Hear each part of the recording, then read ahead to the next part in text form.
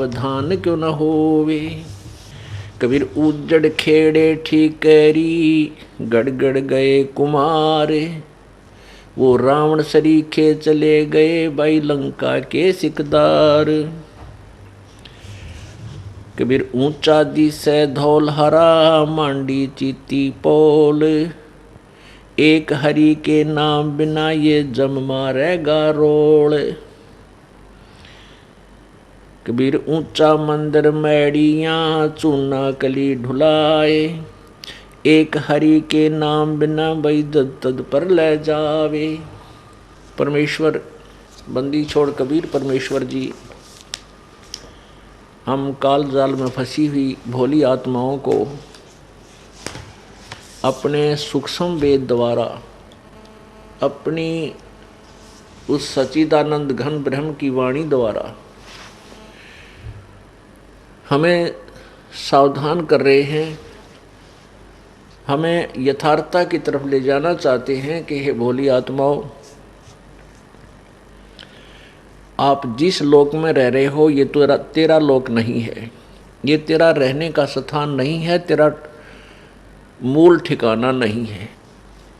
जिस वस्तु को तुम अपनी मान बैठे हो ये आपकी नहीं है। ये पूरी पृथ्वी ऐसी समझो जैसा एक रेस्टोरेंट होता है। आप यहाँ कुछ समय के लिए आए हो, आपको कोई मकान घर झोंपड़ी जो बनाया है ये यहीं रह जाएगा जब तक आप यहाँ रहने का किराया भर कर आए हो भगवान के दरबार में। उतने समय तक आप यहाँ रह सकते हो। उसके बाद जिस दिन भी आपका वो रेंट खत्म हो जाएगा, आपकी वो पुण्य कमाई आपका जो जीवन श्वास समाप्त हो जाएंगे, उसके बाद आप एक पल भी यहाँ नहीं रह सकोगे। और आप क्या सोच बैठे हो कि एक मकान बनाऊं, एक बन गया, दूसरी कोठी बनाऊं, तीसरी बनाऊं, एक फैक्ट्री लगाऊं, एक और बना दूं, और परमात्मा की भक्ति के लिए तेरे पास समय नहीं। आप जिस उद्देश्य से मनुष्य जीवन प्राप्त करके आए थे, आपको जिस काम के लिए, जिस कार्य के लिए मनुष्य शरीर दिया था प्रभु ने, आप उसका लाभ नहीं उठा रहे हो। इसलिए परमात्मा रह रह कर भिन्न भिन्न प्रकार के वचन बोलकर हमें समझाना चाहते हैं। क्या बताते हैं? कबीरा नौबत आपैनी दिन दस लो बजाए।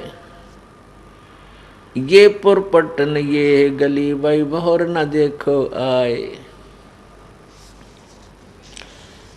अपनी अपनी जिसका भी जिसा संस्कार है, कोई गरीब है, अमीर है, राव है, रंक है, राजा है, चाहे कोई देव बना है, ये आपके पुण्य संस्कार हैं पिछले जैसे जिसके जितने हैं। और ये 10 दिन का मेला है। इसमें अपना जो भी तेरा संस्कार है इसको पूरा करके उसके पश्चात आप पुनः इसी मनुष्य शरीर में और उसी स्थान पर जहाँ तुम चाह रहे हो वहाँ नहीं आ पाओगे। अर्थात जिस वस्तु को तू अपनी मान बैठा है, ये भोले प्राणी या तेरी नहीं है। ये माया करतारे की अपनी कह गंवारे। जमपुर धक्के खावेगा नाहक बह बेगार। यह माया, यह सारी पृथ्वी, सारा सब कुछ वो परमात्मा की है और तू इसको अपनी मान बैठा है। जमपुर उस यम के लोक में तू जाएगा, वहाँ धक्के खावेगा और नाहक बह बेगार। व्यर्थ में तेरे ऊपर ये आपत्ति आ पड़ेगी, नरक भोगेगा। 84 लाख योनियों के प्राणियों में शरीरों में कष्ट पे कष्ट उठाएगा। अब क्या बताते हैं कि आप तो एक गरीब व्यक्ति हो, छोटा मोटा कोई व्यवसाय भी है ये भी इतना नहीं है, बड़े बड़े पूरी पृथ्वी के राजा भी सब संपत्ति और सारा जीवन में जो जोड़ा था वो यहीं छोड़कर चले गए। जिनके नौबत बाजती और मंगल बनते बार, एक हरि के नाम बिना वो गए जन्म सब हार।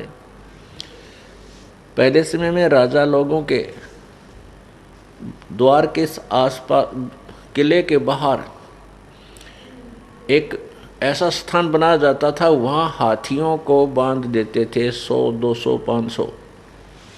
बाहर हाथी बंधे होते थे, उनसे राजा की शक्ति का प्रदर्शन होता था कि ये राजा कितना शक्तिशाली है जो 500 हाथियों को रखे हुए है, 500 हाथियों को पाल रहा है।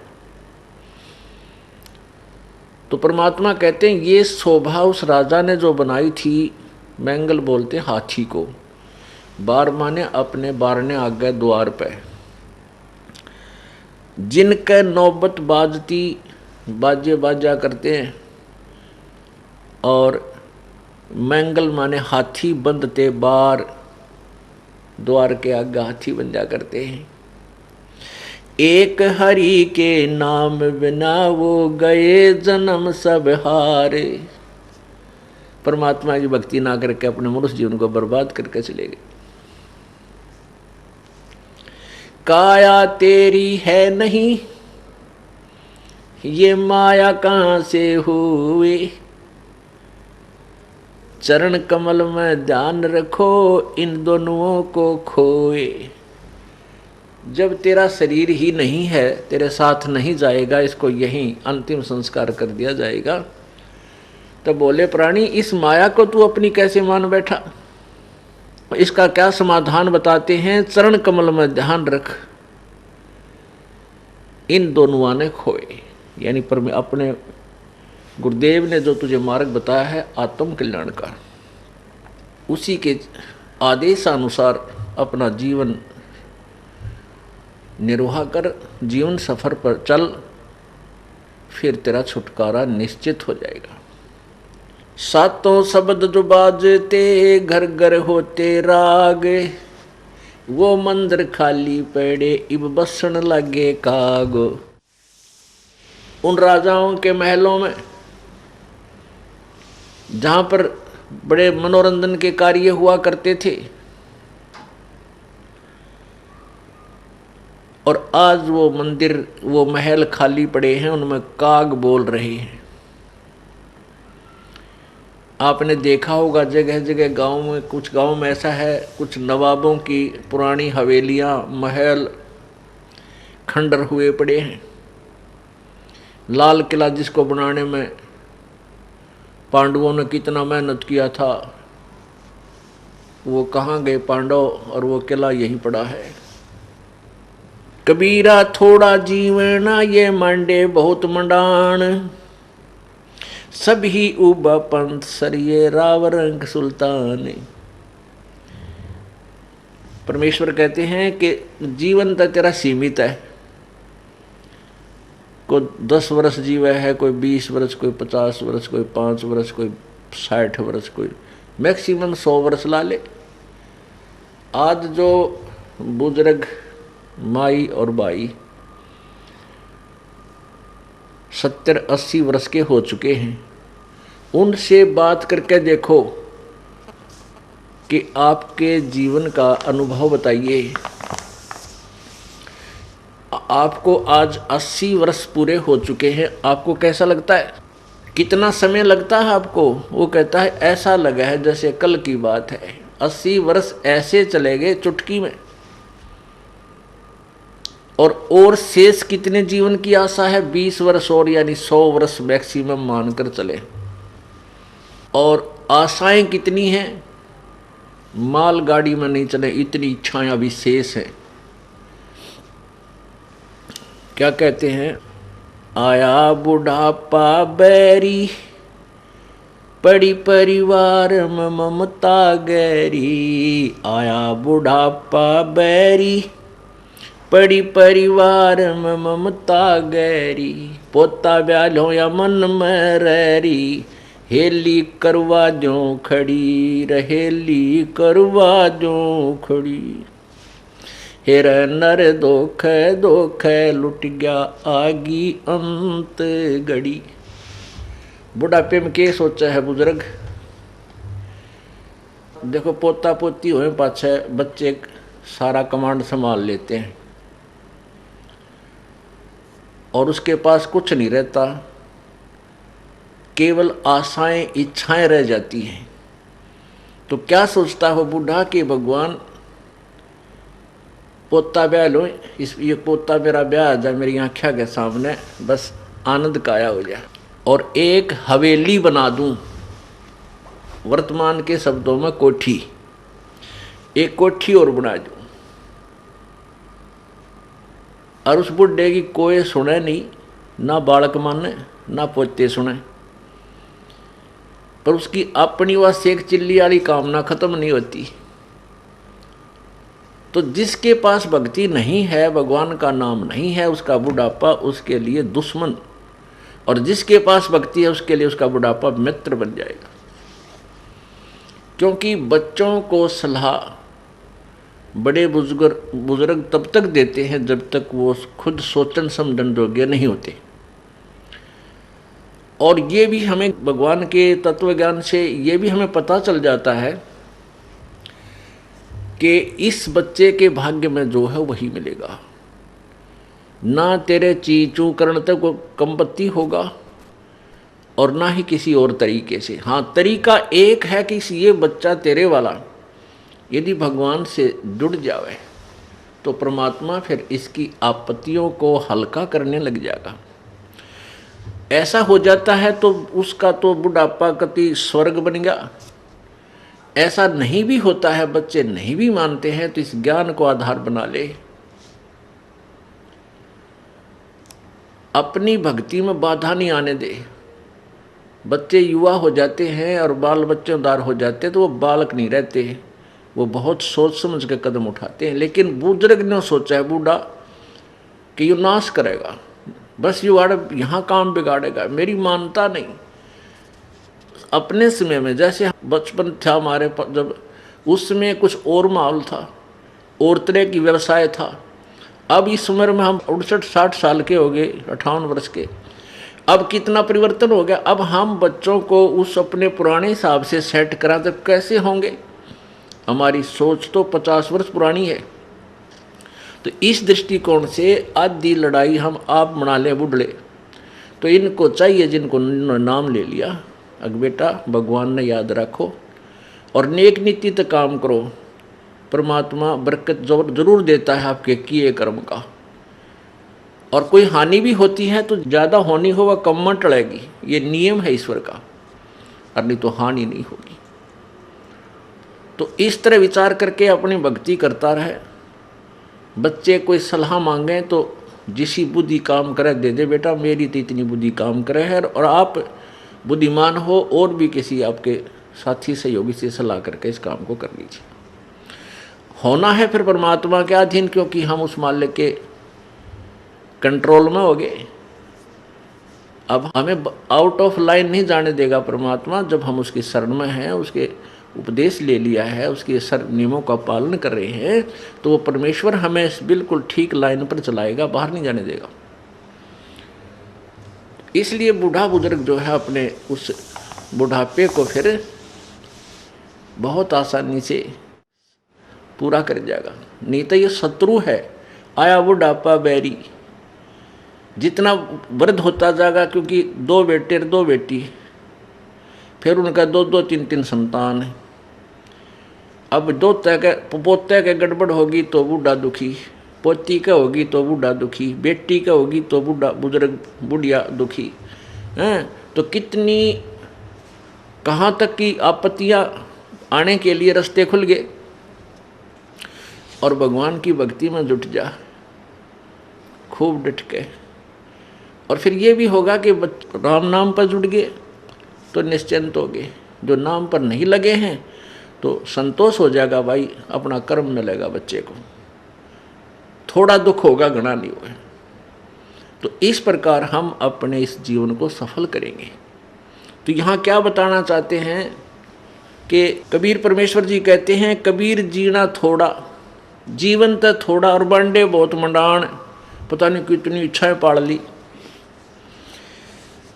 और सब ही उबा पंथ सरिये राव रंक सुल्तान। कहते सब मुसाफिर हैं, ये चाहे राजा है, चाहे गरीब है, चाहे अमीर है, सभी ने यहाँ से चलना है। ये चलो चलो हो रही है भाई, ये सभी कूच करते जा रहे हैं। जिसका जहाँ भी रेलवे स्टेशन आ जाता वहीं उतर जाता वो। एक दिन ऐसा होवेगा सबसे पड़े बिछो। एक दिन ऐसा आएगा कि तू अपने परिवार से बिछुड़ जाएगा, इनके साथ नहीं रह पाएगा। इससे भी अपना हिसाब लगा ले, ये तेरा नहीं है। लेकिन इसका अर्थ ये नहीं है कि इनसे कोई नफरत करे। हम एक ट्रेन में बैठे हैं, एक बोगी में नारे नारे, प्रत्येक कंपार्टमेंट में। तो वो हमारे साथ बैठे हुए जो यात्री हैं, उन यात्रियों से हमारा कैसा व्यवहार होता है? अच्छा व्यवहार होता है, बात भी करते हैं, चर्चा भी चलते हैं, कोई मदद होती है वो भी हम करते हैं। कोई बुजुर्ग बीमार है उसके लिए गाड़ी रोकी है, कोई जूस ला देते हैं, कोई फल मंगाता फल ला कर देते हैं, प्यार से रखते। और अपना अपना स्टेशन आता है, उतर के चले जाते हैं। बस इतना ही उनके साथ हमारा लगाव होता, उसके आगे नहीं होता। ऐसे ही हमें ये समझना चाहिए, जीवन रूपी गाड़ी में हम एक परिवार रूपी कंपार्टमेंट में बैठे हैं।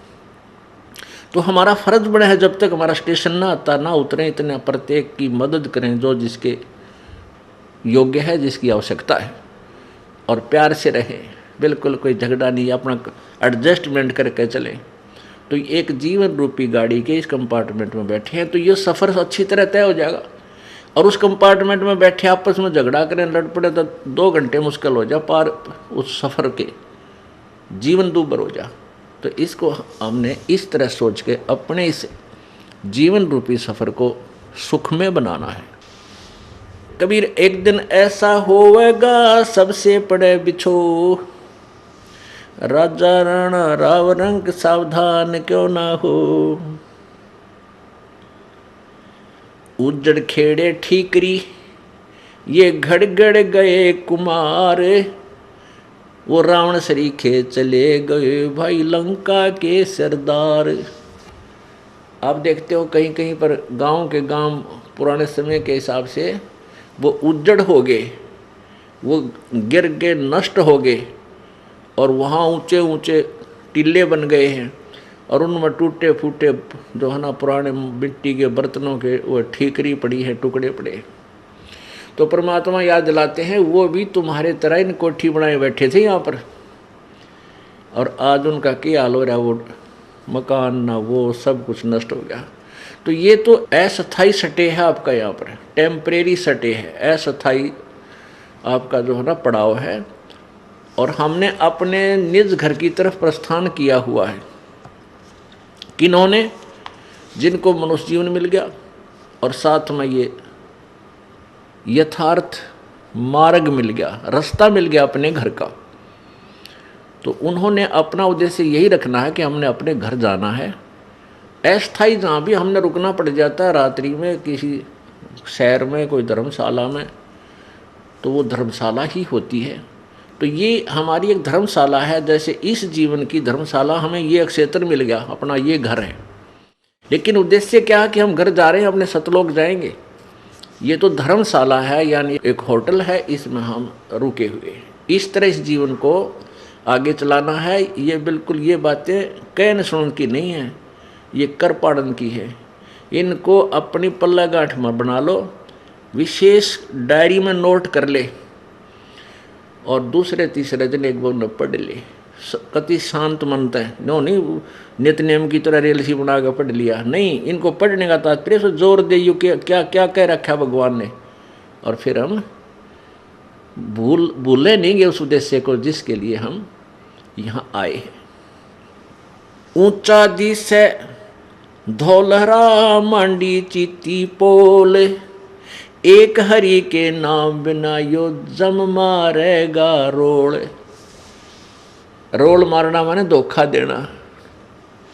परमात्मा कहते हैं कि आप जी ने क्या किया, बढ़िया मकान बना लिया, बड़े सुंदर चित्रकारी कर दी, वेल प्लास्टर कर दिया, चिप्स बना लिया, मार्बल लगा दिया है। और इसने देख देख कर काख चौड़ी करके चलता है, कोठी वाला है। कहते हैं यो काल तेरी रोल मार रहा है, तुझे धोखा दे रहा है कि यह तेरी कोठी है, बोले आदमी भक्ति कर और पीछा छुटा ले। ये तो एक घोंसला है कुछ समय टाइम पास करने का। अब कैसे अपना मन कैसे बनावे परमात्मा? कहते हैं पक्षी घाला आलना तरवर छाया देख, गर्भ योनि के कारण मन में किया विवेक। कि एक पक्षी ने घोंसला बनाया, किस उद्देश्य से? कि उसमें बच्चे पैदा करूंगा, और जब वो बच्चे पैदा हो गए, अंडे हो गए, फिर वो बच्चे बन गए, घोंसला कीता वो आप सैर सपट्टे में। तो ये मकान क्या है? ये तो एक घोंसला है अपने इस भक्ति रूपी बच्चों को अपना पूरा करके यहाँ से चलेंगे। परमात्मा कहते हैं कि आपकी भावना कैसी होनी चाहिए इस मकान, घर, कोठी और यहाँ की संपत्ति में? जैसे पक्षी बन रम्या और संध्या ले विश्राम, प्रात समय उड़ जात है सो कहिए नी काम। जैसे पक्षी सारा दिन वन में मस्ती मारता है, इधर उधर दौड़ता है, फल फ्रूट खाता है, और शाम हो जाती है, संध्या हो जाती है, किसी वृक्ष पर बैठ जाता है और रात पूरी करी, सुबह उड़कर चला जाता। उस वृक्ष से उसका कोई लिंक नहीं, रात रात काटनी थी। तो ये आपका एक जीवन जो है समझ लो एक रात्रि है। आपने यहाँ अपनी या रात पूरी करनी है, सुबह उठते ही। सुबह कब होगा? जब जीवन छूट जाएगा तो फिर चले जाएंगे यहाँ, इधर ध्यान नहीं रहेगा, हमारी इच्छा नहीं। इच्छा कब ना रहेगी? उस समय नहीं रहेगी जब हमें अपना अगले ठिकाने का 100% विश्वास हो जाएगा कि जो साधना जो भक्ति में कर रहा हूँ ये मुझे वहाँ स्थान देगी। फिर इधर झाँक कर नहीं देखेंगे चाहे 6 कोठी हो तेरी, इसमें इच्छा नहीं रहेगी। ये एक विधि है परमात्मा के पास जाने की। और जब तक इच्छा मरेगी नहीं, पार तो नहीं हो सकते, लेकिन जैसी भक्ति आपने कर्म किए इनका फल अवश्य मिलेगा। तो वो फल जैसे आप भक्ति कर रहे हो ठीक ढंग से लगे भी हो और इच्छा मरी नहीं, अंत समय में या जैसे भी आप भावना जरूर रहेगी। ये तो पहले मर के देखना पड़ेगा हमने। कैसे मर के देखना पड़ेगा? जीवित मर के। जीवित कैसे मरना है? जैसे आप काम छोड़, आप यहाँ आते हो भक्ति परमात्मा की सत्संग सुनने के लिए, तो एक विचार बना हुआ मन में कि इस जीवन का सफ़र, इस जीवन का एंड, अंत ना जाने कहाँ हो जा। परमात्मा की वाणी है, कबीरा कहाँ गर्भियो ये काल गह कर केश, ना जाने कित मारेगा तुझे के घर के परदेश। इस बात ने याद रखे कि ना जाने ये काल तेरे बाल पकड़ के खींच कर ले जाएगा, और ना बेरा कित मारेगा परदेश में या घर मरेगा, नो बिना बेरा तेरी मृत्यु कहाँ होगी। अब बहुत से उदाहरण हैं, उनको याद करके डर लगना चाहिए भगत को। अब ताजे ताजे उदाहरण बहुत हैं इस तरह की जो मृत्यु होती है। हरियाणा के 2 कैबिनेट मिनिस्टर थे अभी 4 वर्ष पहले, 4.5 वर्ष पहले, और शपथ लिया उन्हें भी मेरे ख्याल 10 से 5 दिन हुए थे, और बहुत पैसे वाले थे, और एक मिनिस्टर, और उसकी क्या तमन्नाएं थी, एक ही हेलीकॉप्टर में दोनों की मृत्यु होगी। अब आगे क्या हुआ वो तो प्रभु जाने। उसके बाद अभी तुरंत मध्य प्रदेश के एक वो आंध्र प्रदेश के मुख्यमंत्री जी हेलीकॉप्टर में पता नहीं कहाँ मृत्यु हुई, और 3 दिन के बाद उनकी के शव का पता लगा वो वहाँ पड़ा है। तो पुण्यात्माओं, इसको अब भक्तों को ये नो जीवित मरना पड़ेगा कि आप जब सत्संग या भक्ति की तरफ चलते हो, भगवान का भजन करना चाहते हो, तो जीवित मरना होगा। आप जब सत्संग की तरफ चलते हो, गुरुदेव के यहाँ आते हो 1 दिन 2 दिन के लिए, तो आपसे घर उस समय छूटेगा जब आप जीवित मर जाओगे। ये सोच लेना कि आज मैं मर गया और 2 दिन के लिए आपकी मृत्यु, मान लीजिए मृत्यु तो होनी है, ये तो अंडरस्टूड है, यूनिवर्सल ट्रूथ है, ये तो बिल्कुल सच्चाई है, मृत्यु होगी। और इसका ये भी नहीं पता कब हो जाए। और यदि भक्ति पूरी ना हुई, हम धर्म कर्म कोई बना नहीं, तो वो जीवन व्यर्थ गया, चाहे लाख वर्ष जी ले। तो ये सोच ले कि भी आज मैं 2 दिन खातिर मर गया। अगर परमानेंट मर जावा, सदा के लिए मर गया, मृत्यु होगी, तो फिर कौन करेगा उस काम को जिसके लिए तो भक्ति नहीं छोड़ना चाहता।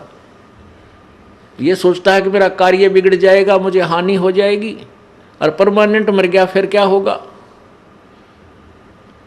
फिर तो उसको आके संभाल ही नहीं सकता। 2 दिन के लिए मर ले, मर गया मतलब भाई चलो, चाहे कुछ भी नुकसान हो पीछे, और वापस आकर के उस नुकसान जो हो, वैसे तो परमात्मा नहीं होने दिया करते। जब दृढ़ विश्वास होगा, आप खड़े हो जाएंगे, आपके घर का सारे काम को संभालेंगे।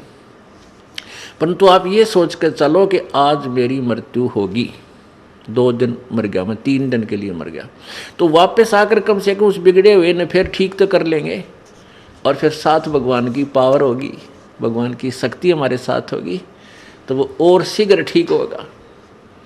आपको मान ले 10,000 का नुकसान हो गया, और जब भगवान पर विश्वास है और भक्ति मार्ग पर आप दृढ़ हो, आपके मन मानो 50,000 का लाभ कर दिया भगवान। तो इसीलिए तो परमात्मा की तलाश करते हैं।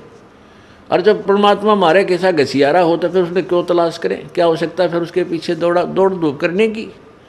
इसलिए ढूंढते हैं कि हम उसके लिए नहीं, अपने कल्याणार्थ। कितना दयालु है भगवान, कल्याण हम अपना करावे, वो हमारे घर के बच्चों की रखवाली वो आप करे। कितना दयालु है। हम घर पर बैठे रहें और सारा नुकसान हो जाए, जब क्या कर ले। जींद में एक पूरा परिवार गर्मियाँ के दिन में ऊपर सोया छत पे, नीचे ताला तोड़ के 5 लाख का सामान निकाल ले गए, बर्तन भी उठा ले गए, सुबह रोटी पाउंड आटा भी कौन पाया। बताओ, तो सारा परिवार वहाँ था और खूब रखवाले थे, ईब कर ले क्या करेगा। तो पुण्यात्माओं, इन पॉइंटों को अपने पल्ला गांठ ला लिया करें। जब ये भक्ति होगी ना, बालका का खेल नहीं है ये।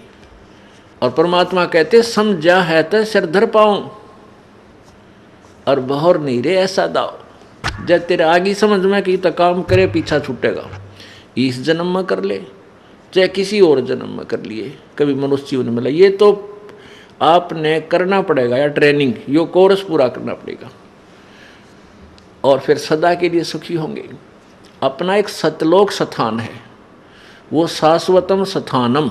गीता जी अध्याय नंबर 18 के श्लोक नंबर 62 में गीता ज्ञानदाता कहता है कि अर्जुन, तू सर्व भाव से उस परमेश्वर की शरण में जा, उसकी कृपा से ही तू परम शांति और शाश्वतम स्थानम, यानी उस सनातन परम धाम को प्राप्त हो जाएगा।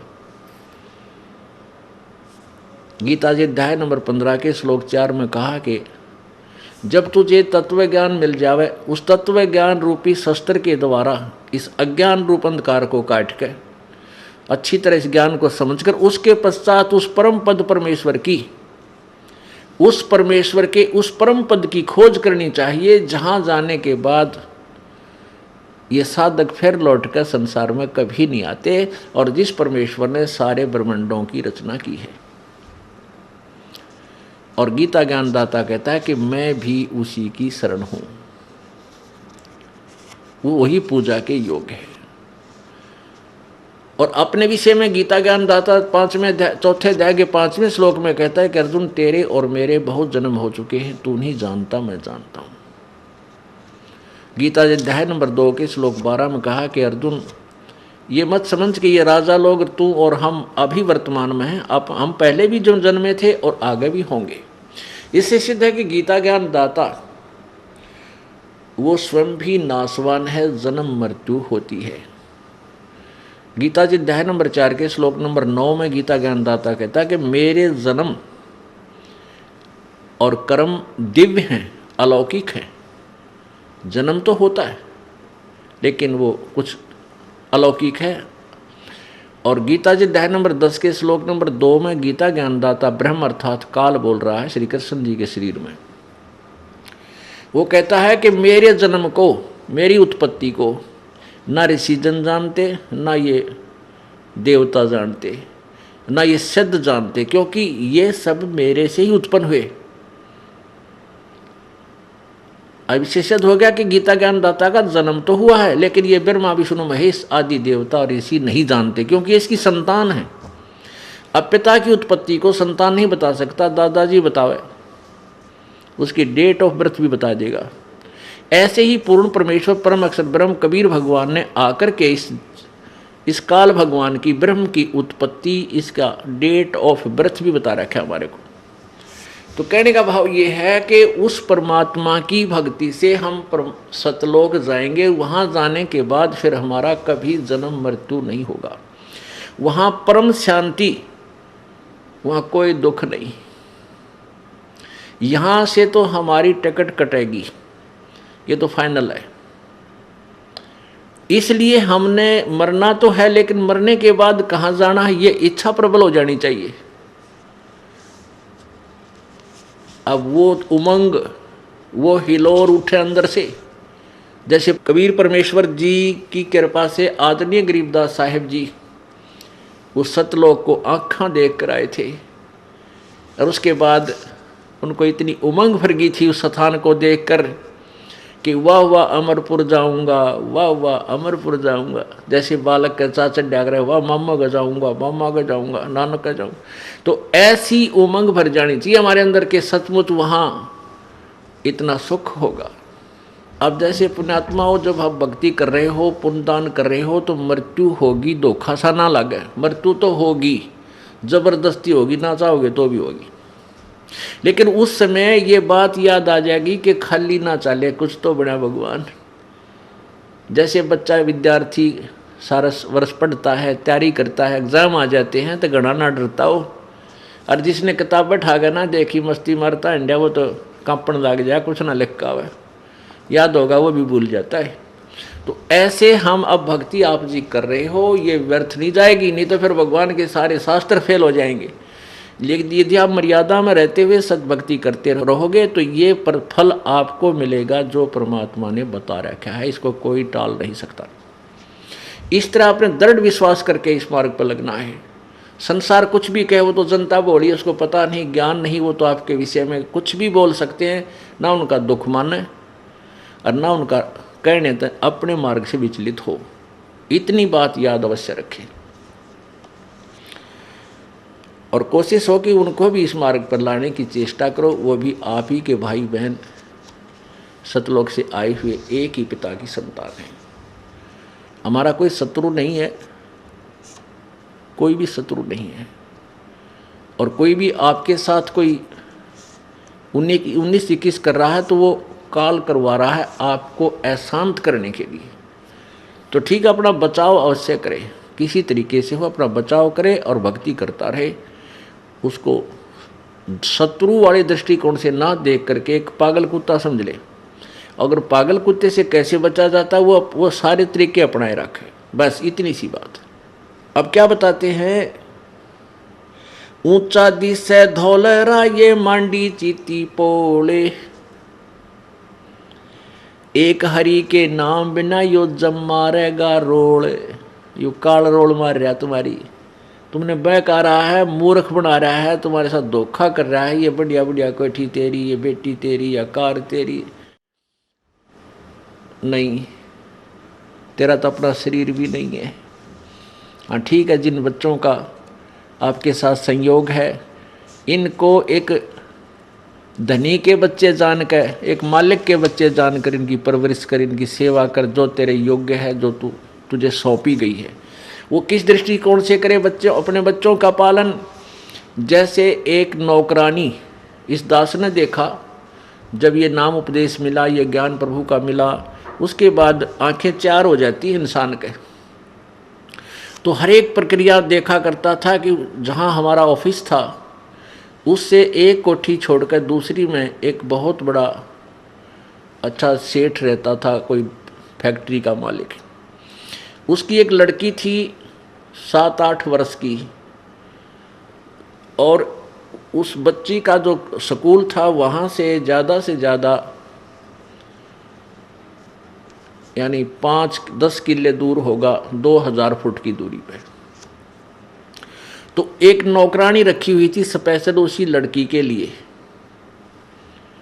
वो उसको खाना बनाती थी, उसकी इच्छा अनुसार जो भी वो चाहती थी वो खिलाती पिलाती थी, नहवाती धोवाती थी, और उसको कपड़े पहनाकर स्कूल की ड्रेस, और उसको वहाँ छोड़ कर आती थी, और छुट्टी होते ही लेकर आती थी। गर्मियों के दिनों में वो क्या करती थी, वो नौकरानी एक छोटी सी छतरी लेकर के उस बेटी पर, उस बच्ची पर तो छाया रखती थी और स्वयं धूप में चलती थी,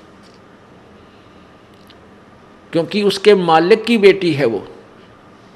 और जब उसको वो नौकरी से निकाल दिया, उसने मुड़ के भी ना देखा उस बेटी की तरफ, क्योंकि वो उसकी नहीं थी, लेकिन उसकी ड्यूटी थी, उसमें वो पंचुअल थी, कहीं मालिक नाराज ना हो जाए। तो ये जो बच्चे बेटा बेटी आपके संस्कारवश आपके पास आए हैं, तो आपने इनको मालिक के दिए हुए, मालिक के बच्चे, और आप उनको उस परमेश्वर का नौकर जानकर सेवा करके देखो इनकी।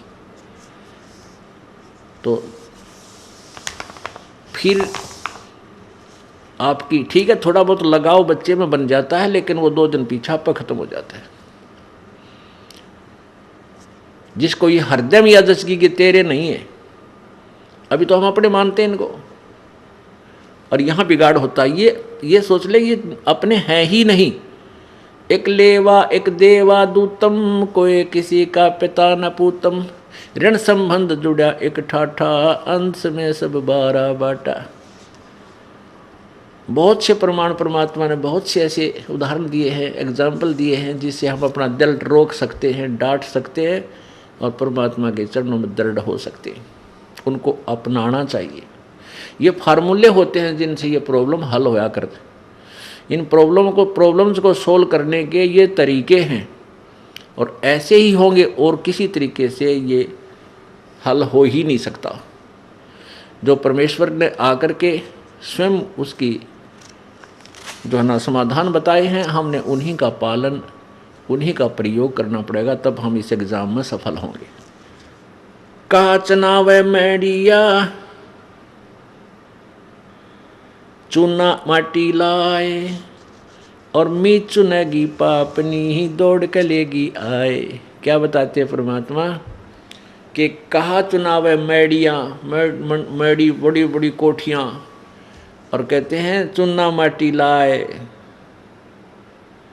पहले चूने को, आजकल तो सीमेंटेड बहुत अच्छी मानी जाती है, उसमें चूना, जो चूना प्रयोग करता था वो बहुत बड़ा सेट होता था, नहीं तो मिट्टी की चढ़ाई करते थे, मिट्टी कच्ची ईंटों से अपने मकान बनाया करते थे गांव वाले। तो बहुत बड़े सेठ को परमात्मा कह रहे हैं कि कहाँ चुनाव मैडियाँ, बड़े बड़े महल, और चूना माटी लाए, और मौत चुनेगी पापनी, मौत तुझे चुनेगी, एक दिन आके चुग लेगी, और दौड़ के लेगी आए। ये मैड इतनी बढ़ती बढ़ती रह जाएंगी। रोहतक के अंदर एक बहुत बड़ा सेठ था, उसने एक मार्केट बनानी चाहिए। मार्केट, उसका अपना पुराना सा कुछ स्थान था, उसको फोड़ फाड़ के एक मार्केट बनानी शुरू की। जैसे वहाँ काफ़ी मार्केट बन जाती, ऊपर नीचे उसमें दुकानें निकालने लगा, और उसकी कितनी तमन्नाएं थी। कहते वहाँ वो अधिक बनी थी, और शाम के समय उन मजदूरों को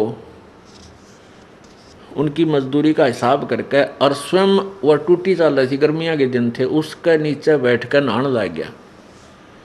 अब स्नान करते करते हार्ट अटैक हो गया और वहीं पर नहीं हो गया। तो परमात्मा कहते हैं अरे तेरा गजब हुई।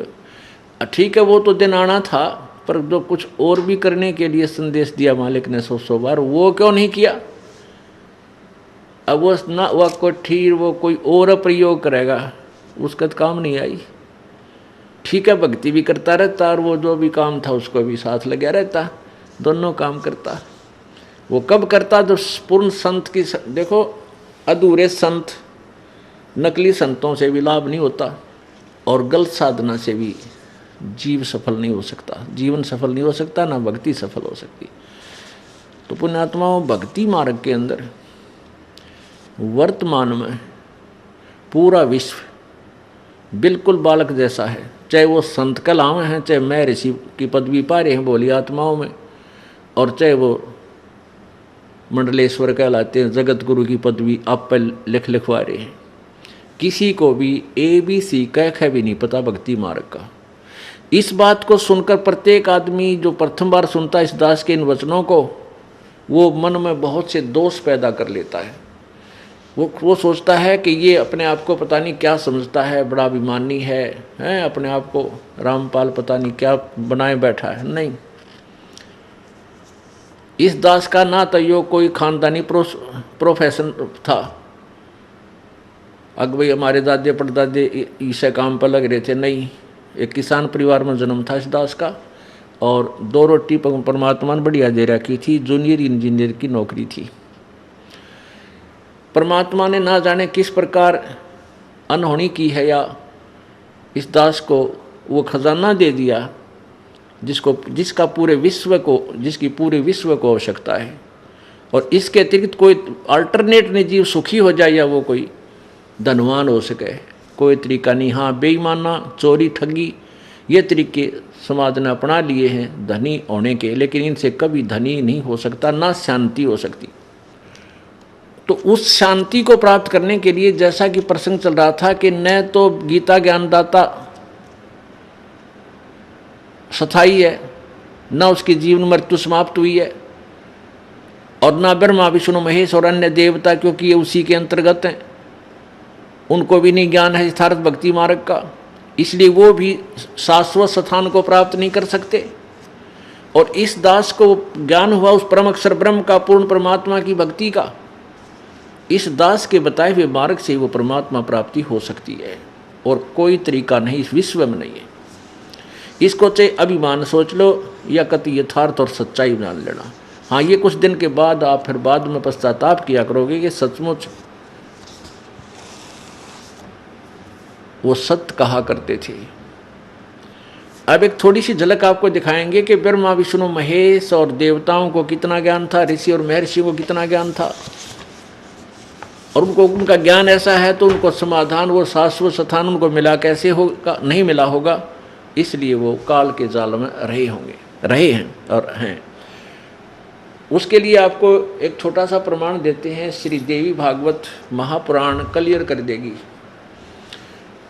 पुण्यात्माओं, प्रत्येक बार प्रत्येक सत्संग में 10, 20, 50, 100 भक्त ऐसे होते हैं जो प्रथम या दूसरी या तीसरी या चौथी बार आए हैं, और उनको ये प्रकरण रह कर सुना जाना अति आवश्यक है कि ताकि उनको ये कंसेप्ट क्लियर हो जा कि वे ब्रह्मा विष्णु महेश को ज्ञान नहीं था।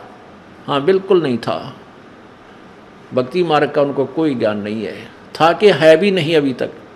अब उनका ब्रह्मा विष्णु महेश जी की हमने कहाँ से महिमाएं सुनी? पुराणों से, और उन्हीं पुराणों से ही किसी ने हमें सुना के मैं पुराणों से बता रहा हूँ। अजरो अमर हैं, सर्वेश्वर हैं, महेश्वर हैं, मृत्युंजय हैं, कोई माता पिता नहीं ब्रह्मा विष्णु महेश जी की। और आज उन्हीं पुराणों में हम आंखों पढ़ रहे हैं, उनमें लिखा है कि ये तो नासवान हैं, इनके माता पिता हैं, इनकी जन्म मृत्यु होती है, और इनको भक्ति मार्ग का कोई ज्ञान नहीं था। ऋषि में ऋषियों और इन जगत गुरुओं को कहाँ से होगा जो उन्हीं की पूजा कर रहे हैं? ये अंडरस्टूड है, अपने आप समझा जा सकता है। उसके लिए देखिएगा श्रीमद् देवी भागवत। पहले तो ये देखिए कि ब्रह्मा विष्णु महेश अजर अमर हैं या नासवान हैं, ये दिखाते हैं। श्रीमद् देवी भागवत, ये देखिएगा श्रीमद् देवी भागवत।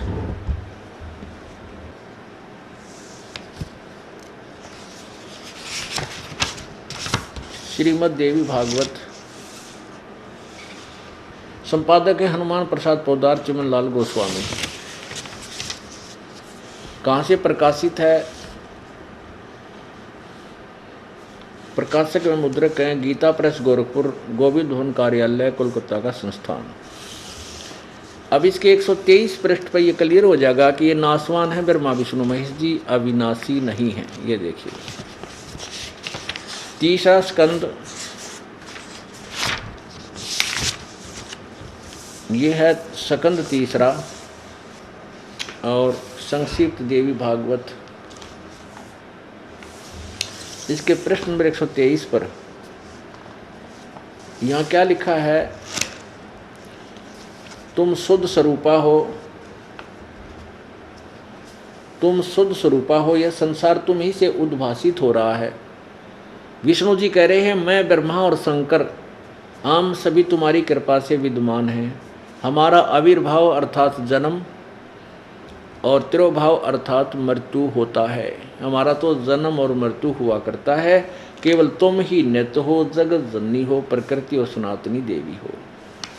भगवान शंकर बोले, देवी यदि महाभाग विष्णु तुम्ही से प्रकट हुए हैं तो उनके बाद उत्पन्न होने वाले ब्रह्मा भी तुम्हारे बालक हुए। फिर मैं तमोगुणी लीला करने वाला शंकर क्या तुम्हारी संतान नहीं हुआ? अर्थात मुझे भी उत्पन्न करने वाली तुम ही हो। देवी संपूर्ण संसार की सृष्टि करने में तुम बड़ी चतुर हो।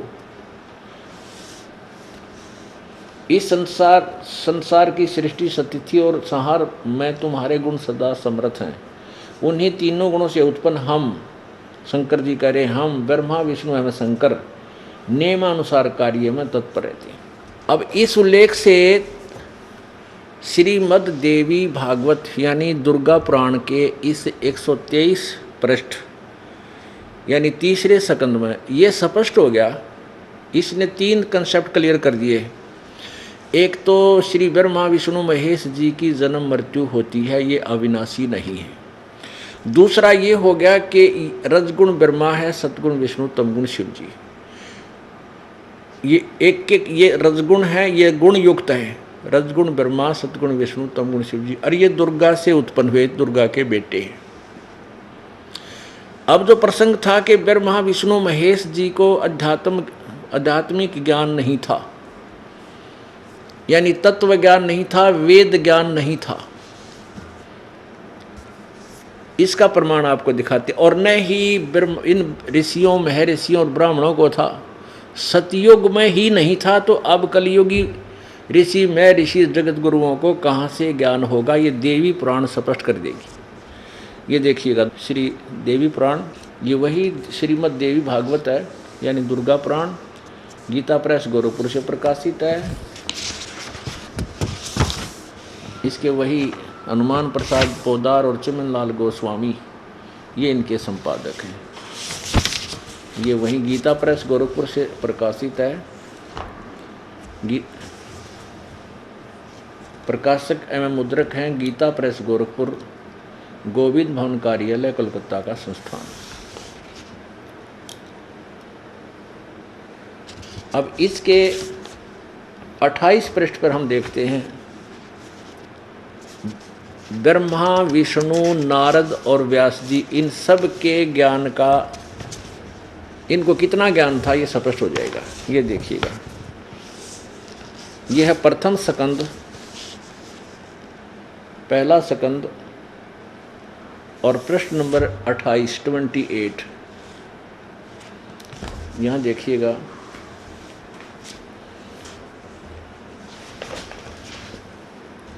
नारद जी ने कहा,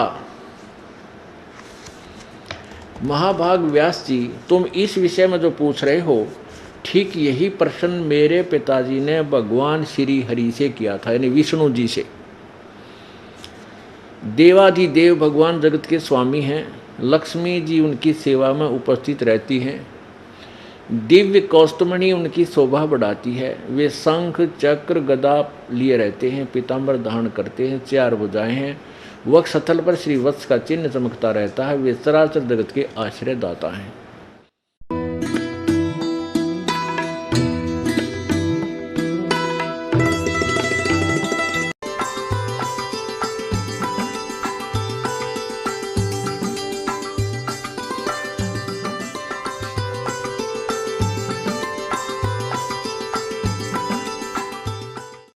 बोलो सतगुरुदेव की जय। बंदी छोड़ कबीर परमेश्वर जी की जय। बंदी छोड़ गरीबदास जी महाराज जी की जय। स्वामी रामदेवानंद जी गुरु महाराज जी की जय।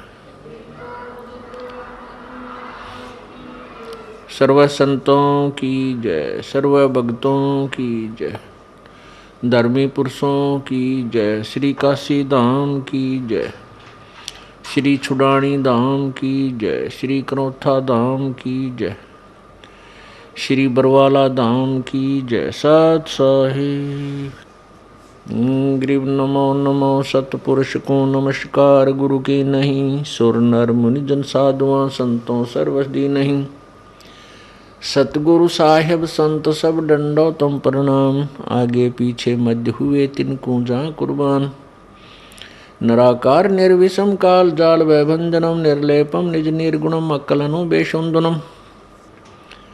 सोहम सुरति समाप्तम सकल समाना निरतलय उज्ज्वल हिरंबर हरदमम बेपरवा अथा है वार पार नहीं मध्यतम। ग्रीब जो सुमर सिद्ध होई गणनायक गलताना करो अनुग्रह सोई पारस पद परवाना। आदि गणेश मनाऊं गणनायक देवन देवा चरण कमल लो लाऊं आदंत करूं सेवा। परम शक्ति संगीतम ऋषि दाता सोई अवगत गुण अतीतम सत्य पुरुष निर्मोही। जगदम्बा जगदीशम मंगल रूप मुरारी तन मन अर्पण शीशम भक्ति मुक्ति भंडारी। सुर नर मुनि जन ध्यावे ब्रह्मा विष्णु महेशा शेष समुख गावे पूज्य आज गणेशा। इंद्र कुबेर सरीखा वरुण धर्म राय ध्यावे समरस जीवन जी का मन इच्छा फल पावे। 33 कोटि अधारा ध्यावे से 88 उतरे भव जल पारा कट है यम की फांसी। 33 कोटि अधारा ध्यावे से 88 उतरे भव जल पारा।